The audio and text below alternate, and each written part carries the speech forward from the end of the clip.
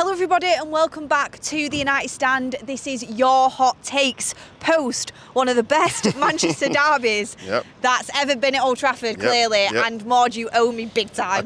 I do, thank you. It was a great day though. I'm not gonna lie, if you're at the stadium you'll know one of the best days we've had this season. I've sat there, Wolves at home, Bournemouth at home, to be fair, that was a thriller, Everton at home, West Ham at home. I've sat there for years watching... But watching paint dry, you've also seen some good games. No, I've seen some really, really good games. I've seen some really good games. But look, I'm glad you enjoyed. I give it you to enjoy. And you know what? All I'm bothered about is the fact that Manchester United won. And to top it off with Carrick absolutely showing a masterclass. Some would say Zidane... what are you doing going past Old Trafford? We'll let him go. Hopefully he's an Everton fan. Yeah. But anyway, what I can say is Michael Carrick. Some might call it Zidane-esque, and that brings us on to our first hot take. Okay, are you ready for this? Go on. Okay, let me get it up. Michael Carrick will have the Zidane effect at Manchester United. Okay. People are already saying that his calmness is exactly what a dressing room full of egos needs, and that United should stop their search for a manager now, as Carrick is the one for the job. Let's be honest, we knew it was going to happen. All we needed was one good performance. And it was the best one. It was a very, very good one to start with, but we knew this was going to happen. Now look, I think Zinedine Zidane is a bit of a... he did win like 3 Champions Leagues in a row. We're not even in the Champions League, so he can't do that already. But... look, I think for this season at least, we can at least say he's had a great start. He's had an amazing start. He's definitely uplifted the dressing room, uplifted the fan base. And let's be honest as well, like the fan base was taking a very dark turn just before that City game. It was very divided, very toxic. It was a tough place. It was very, very tough to be online, especially as like a creator and all that kind of stuff on Twitter and all that stuff. It was a bit mad. That game has actually changed a lot. It almost reset the fan base and reset even the stadium, the atmosphere. So I think he's done an amazing job just at that. Zinedine Zidane, I don't know about that, but at least we can say Carrick is going in the right direction. Well, I said to you, just before as we were about to film, look, I'm a season ticket holder. I go to every United game no matter what, and I'll always support United no matter what. If we're in the Championship, if we're in the Premier League, I'll still support us. However, the last time I had the urgency to go and try and get an away ticket, because I can go in the away ballot, go and travel like down to an away game. I don't really have that urgency in me because the performances were terrible. It's been a while since I've actually gone and hunted out to go and get an away ticket. As soon as I've seen the result and watched that game, I thought to myself, I need to go to Arsenal. Like, I want to go to the Emirates. Like, that's the feeling it gives you. It gives you that buzz. And there's no better feeling than being that invested in your team and just loving the performance that you're seeing, being excited, being happy. Like, you don't get it unless you don't get it unless you get it. But it's an amazing feeling, as a lot of you guys will know. Look, I'll bring us all back down to earth for 1 second. It's one game. We don't want to get carried away. As good as we were, and we battered City, battered them in terms of XG and just chance after chance after chance, full domination, not in terms of possession, but just in chances. And as much as that was amazing, one thing you've got to remember is Manchester United in the past have had, good results, good performances, and it all comes crashing down. What I will say is I've not seen us create chance after chance after chance like that and perform in that way for a very, very long time. However, if we do this for 5 games in a row, 6 games in a row, then let's talk. Right now, don't want to get too carried away, and I won't have a comment on whether Carrick should be in contention for the permanent manager position until the last game of the season. That's when I'm going to have my comment on it. So come back to me then. Game week 37, I'll speak about it. All right, so the next hot take, and I actually love this one, it's my favourite one. The hot take is, if that Amorim had played Kobe this whole time, he still have a job. Right, don't get me wrong. I think Amorim has blood on his hands for not playing Kobe Mainoo this whole time. Criminal. Kobe Mainoo, look, people shamed us for backing Kobe over Amorim. We were getting killed. We were getting online, in the comments, in the chat, every day. Every time we had a show, it was horrible. Kobe knows Man United through and through. He's come through the academy. He's a true red, and he's won us an FA Cup. Not single-handedly, but he's a big portion of it. Yeah. Amorim had a lot to prove and didn't really show much in these 14 months. So, sue me for choosing a player that I loved coming through the academy, who has shown me immense talent. Yeah. And being super upset over the thought of losing him, over the thought of losing a manager who hadn't really shown me much and lost, every game that was really important that we needed to win, really, and not shown enough. But anyway, want to leave Amorim in the past, although this hot take is about Amorim. What I would say is, he could have played Kobe, and I still don't think he would have lasted in this job, because I just don't think he was tactically able to adapt to what you need to do to be a Premier League team. Like Manchester United, being a manager of a Premier League team of that size, I mean, any Premier League team really, you have to be tactically adaptable. Yeah. Even Pep, who has his ways of doing things, adapts, constantly evolving, constantly adapting. I think that was always going to kill Ruben Amorim. He needs very, very specific styles of players for each and every position, and I just don't think he was ever going to get the time to get that United. So one player wasn't going to solve all the issues. Yeah. I can't believe he sold us that story that Bruno and Kobbie can't play together, but we move. Maybe in a different lifetime, under different circumstances, Amorim would have done different with a lot more money and a complete revamp. But I don't think that would have saved Amorim's job. Yeah, and it's not even just Kobbie. I think there's a few players in that team who, let's be honest, their levels did decrease under Amorim, and a lot of people probably were second guessing him. I think Bruno, going forward now, is looking like a better player. Like last game against City, we've got Bruno back. We've got Bruno back. Literally, we've got a Bruno back. A lot of people are saying Casemiro and Kobbie can't play together. They haven't got the legs. Do you remember when I was getting angry on the forum because I was like, Bruno Fernandes is one of my favourite United players ever, and Amorim is making me doubt him because of where he was playing him and what he was making him do. Anyway. Yeah, literally the same thing. Like Casemiro and Kobbie can easily play together. We've seen a better Cesco. We've seen not better Cesco. Look at Mbeumo. Look at Cunha. Look at Ahmad finally playing as a winger. Look at Dorgu. Even Dalot almost gave us a red card, but I feel like Dalot actually improved a little bit in that game. He actually recovered from that yellow and didn't get sent off. Was actually he played out the game pretty well. Yeah. So and even Maguire, Martinez. I think every single player in that City game had their best game, and I think that's just not a coincidence. So it's not just Kobbie. I think every player outside of Amorim will improve and become a better player. Right, the next one, I think this could cause a few debates in the comments. So in Manchester United's current best team, Ahmad starts as the right winger. I don't hate it. I don't hate it. I think there's a reason why, and this isn't even against Mbeumo, because I think in our best team, Mbeumo probably starts as a striker. Mbeumo starts. Mbeumo starts as a striker.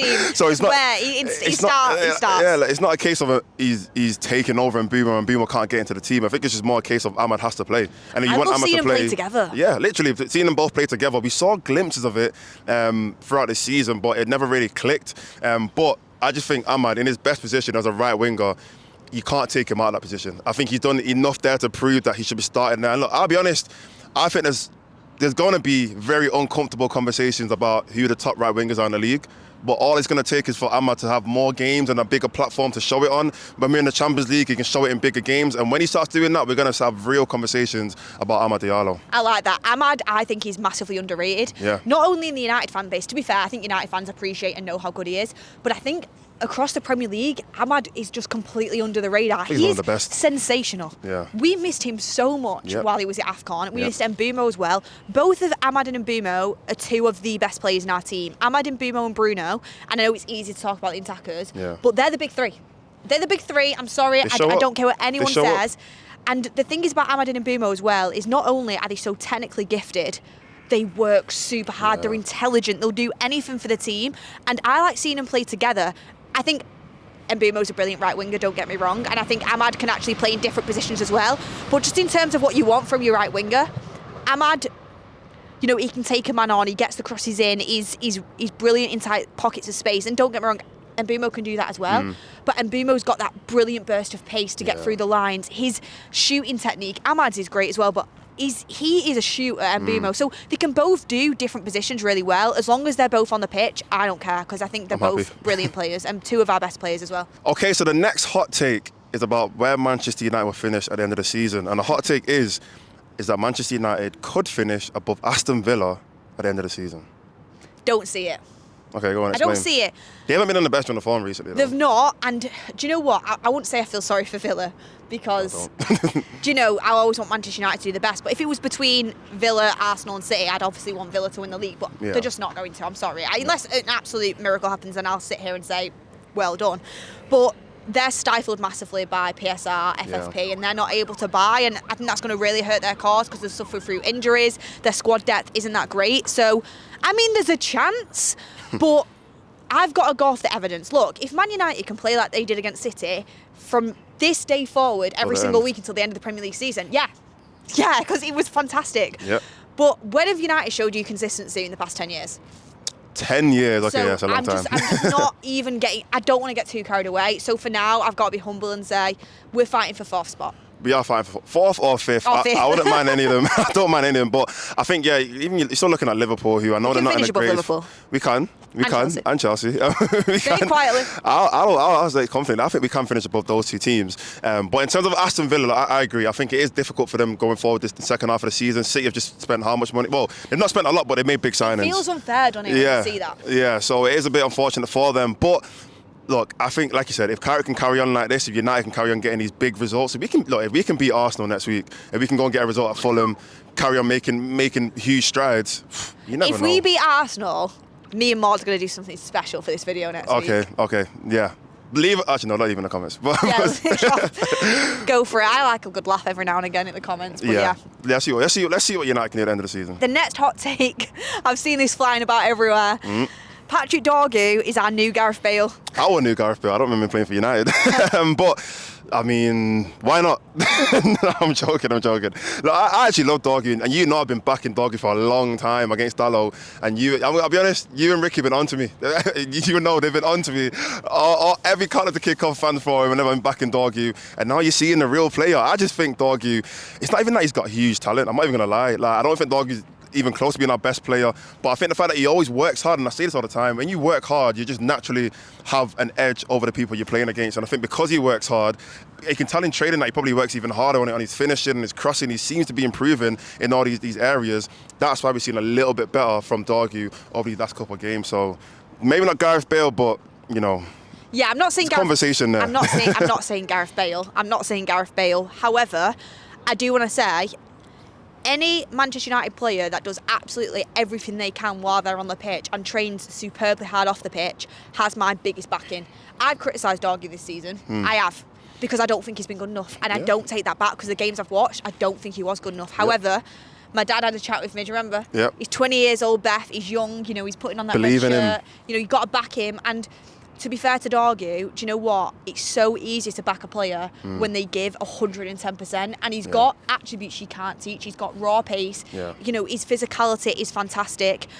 Yeah, okay, is he the most technical winger you've ever seen, which is where he's not going to reach that Gareth Bale height? Yeah. No. However, he's 20 years old, he's got potential, and apparently off the pitch, he's a super hard worker, super humble. So I have time for players like that, and I think over the last few games, and especially in that derby, you saw confidence, you saw intelligence, and you saw somebody who really gives us some of our team members don't give, and that's that pace, that energy, that explosiveness. That United DNA, yeah. I don't want to get too carried away, but that explosiveness, it really does stretch the pitch. So, not Gareth Bale, but very, very, very happy with the positive improvements I'm seeing with Patrick Dorgu. Yeah. And for the last hot take, and the hot take is Casemiro will retire a Red.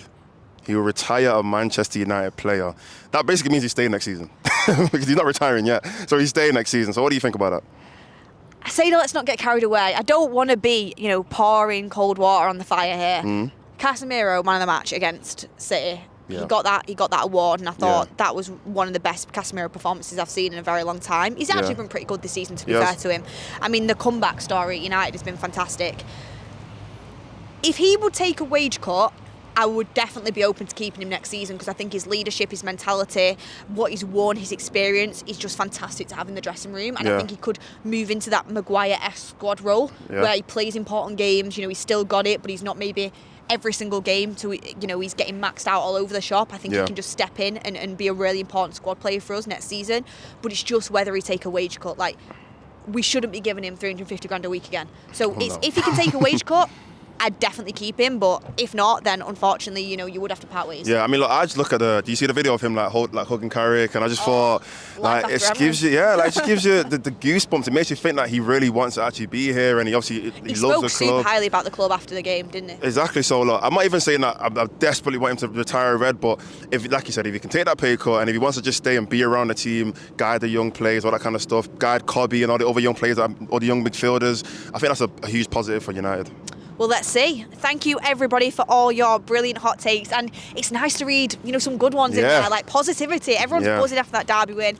Let's see if we can carry it on into Arsenal. Woo! I don't think me and Moz will be able to deal with it if we manage to beat Arsenal, but let's see what happens. Let's not get carried away, but also enjoy the win. You deserve to. We're starved of these moments, so enjoy it. Thanks for watching, everyone. Smash a like on the video if you've not already, and we will speak to you on the next one.